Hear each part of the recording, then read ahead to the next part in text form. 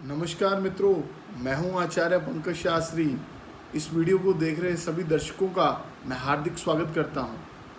प्रिय मित्रों, आज हम बात करते हैं सूर्य के ऊपर। सूर्य का जन्म कुंडली के ऊपर, हमारी जन्म पत्रिका के ऊपर कैसा प्रभाव रहता है। नवग्रह में सूर्य सबसे प्रधान देवता माने गए हैं। सबसे पहला स्थान इन्हीं का आता है। सूर्य से लेकर के केतु तक ये अंतिम जो ग्रह हैं, नवम ग्रह, वो हैं केतु और सर्वप्रथम सूर्य ही हैं। प्रिय मित्रों, 12 राशियों में सूर्य भगवान की जो अपनी राशि है वो सिंह राशि है। पंचम राशि जिसको हम सिंह राशि बोलते हैं। सूर्य भगवान मेष राशि में सबसे पहले नंबर राशि में ये उच्च के माने गए हैं और तुला राशि में ये नीच के माने गए हैं। और इनकी अपनी मूल जो त्रिकोण राशि है वो भी सिंह ही है। प्रिय मित्रों, अब बात करेंगे कि सूर्य का नवग्रह में सूर्य का हमारे ऊपर प्रभाव कैसा रहता है। सूर्य भगवान का हमारे पितरों के साथ भी संबंध रहता है। सूर्य भगवान का ये समझ लीजिए कि सरकार के साथ इनका संबंध है, नौकरी के साथ संबंध है, सरकारी नौकरी के साथ इनका संबंध है। पिता का कारक सूर्य हैं, अपनी आत्मा का कारक सूर्य हैं। जो बहुत से जातक ऐसे होते हैं कि जिनकी जन्म कुंडली में सूर्य शनि के साथ, राहु के साथ एवं केतु के साथ ग्रसित हो तो उनको जीवन में नौकरी के लिए बड़ी दिक्कतें आती हमने देखी हैं। और इन्हीं चीज़ों के साथ पितृदोष का भी संबंध माना गया है। दोस्तों, जिस जन्म कुंडली में पितृदोष होता है वो बहुत से यत्न करने के बाद भी ऐसा जातक हमने मतलब उसको आगे की ओर बढ़ते नहीं देखा। और बहुत से लोग ऐसे भी हैं जो कम मेहनत करने के बावजूद भी उनको अच्छा फल मिल जाता है। लेकिन पितृदोष के कारण सूर्य के साथ जब वो पितृदोष बनाते हैं तब उनके जीवन में ऐसी दिक्कतें, ऐसी परेशानियां आती हमने देखी हैं।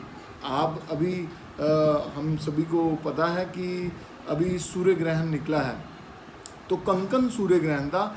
जब हमें कैमरे के माध्यम से या दूरबीन के माध्यम से टीवी में या सोशल मीडिया पे हमें दिखाया जा रहा था कि कैसे सूर्य भगवान एकदम से चंद्रमा उनको छुपा रहे हैं।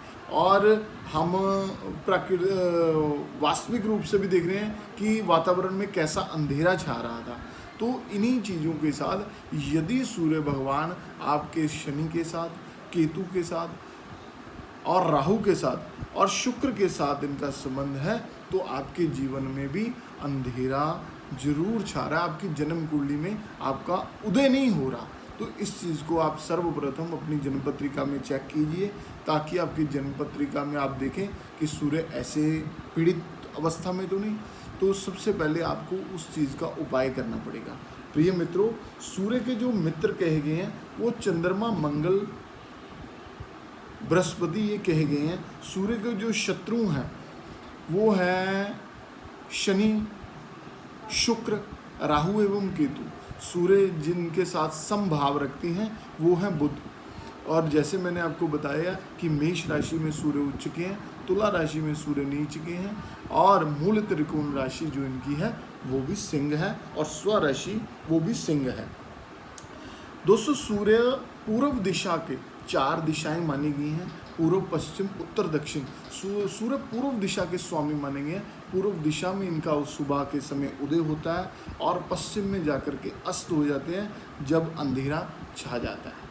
दोस्तों, जब भी हमारी जन्म पत्रिका में सूर्य का संबंध शनि के साथ है, राहु के साथ है, केतु के साथ है, तो ये समझ लीजिए आपके सूर्य पीड़ित है। आपके जीवन में अस्त रूपी सूर्य कार्य कर रहे हैं। अस्त का मतलब मैं ये कहूँगा कि वो अंधेरा आपके जीवन में आपको दे रही है। सबसे पहले आपको इस चीज़ का समाधान करना पड़ेगा। देखिए, वैदिक ज्योतिष के बहुत से रूप आ गए हैं कि अब अंक शास्त्र के द्वारा, नाड़ी ज्योतिष के माध्यम से या लाल किताब के माध्यम से, या हम समझ लीजिए ये जो पश्चिमी ज्योतिष आया, वेस्टर्न एस्ट्रोलॉजी आई है, या कृष्ण मूर्ति पद्धति आई है, ये सभी जो रूप हैं मैं आपको ये बताने का प्रयास करूंगा जो वैदिक ज्योतिष है, वैदिक ज्योतिष में आपको मंत्र जाप, दान इत्यादि या स्पिरिचुअलिटी के अध्यात्म की ओर आपका झुकाव करता है। तो यदि आपके सूर्य इस अवस्था में है तो आपको मैं यही कहूँगा कि आप सबसे पहले कोई ना कोई मंत्र, कोई ना कोई जाप या कोई ना कोई रत्न अवश्य धारण करें, ताकि आपको अपने जीवन में आ रही समस्याओं से आपका सामना ना हो। समस्याएं तो प्रिय मित्रों आएंगी जीवन में, परंतु वो कहते हैं ना, रक्षन्ति पुण्यानि पुरा कृतानि। यदि समस्या से निपटने के लिए हमें शक्ति, बल या यूं कह लीजिए कोई ऐसा साथ मिल जाए, उपाय रूपी साथ मिल जाए, तो उस समस्या से हम निकट सकते हैं। बहुत से लोगों को हमने देखा है कि उनको शारीरिक रूप से बड़ी परेशानियां उत्पन्न हो जाती हैं।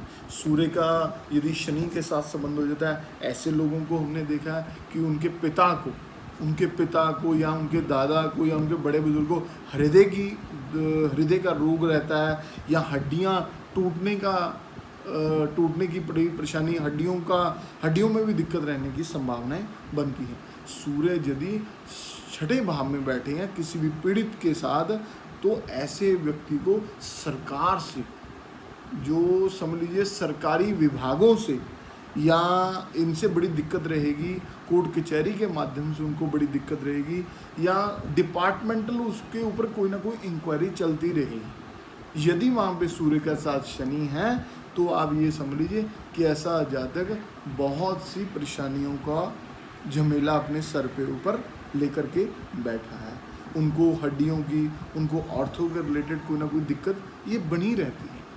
तो मैं यही कहूँगा कि आप सबसे पहले आप अपनी जन्म पत्रिका में चेक करवाएं, किसी भी ज्योतिषगण के पास जाकर के, किसी ब्राह्मण के पास जाकर के, ताकि आपको इस अपनी जन्म कुंडली में पता लगे कि आपका मूल कारण क्या है आपकी परेशानियों का। दोस्तों, अभी जो सूर्य ग्रहण लगा था, वो जब सूर्य पीड़ित थे तो आपने देखा हुआ सभी को एक बात बोली थी कि आप दान कीजिए, सूर्य ग्रहण के ऊपर आप पाठ कीजिए, पूजन कीजिए। वो इसीलिए बोला था कि आपके अभी सूर्य भगवान बहुत पीड़ित अवस्था में है, तो उनको पीड़ित अवस्था से निकालने के लिए हम कुछ ना कुछ जप करें, पाठ करें, ताकि उसका फल हम सबको मिल सके।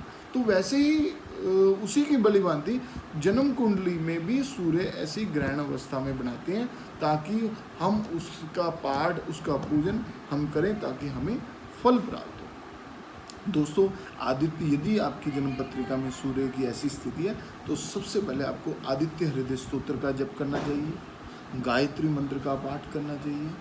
किसी विद्वान की सलाह के अनुसार मैं ये जरूर बोलूँगा, ताकि आप कर अच्छे के लिए रहे हैं, लेकिन आप कहीं गलत रास्ता ना पकड़ लीजिए। उपाय वो कीजिए जिससे आपको मतलब तर्क के साथ, ताकि आपको उसका लाभ मिल सके।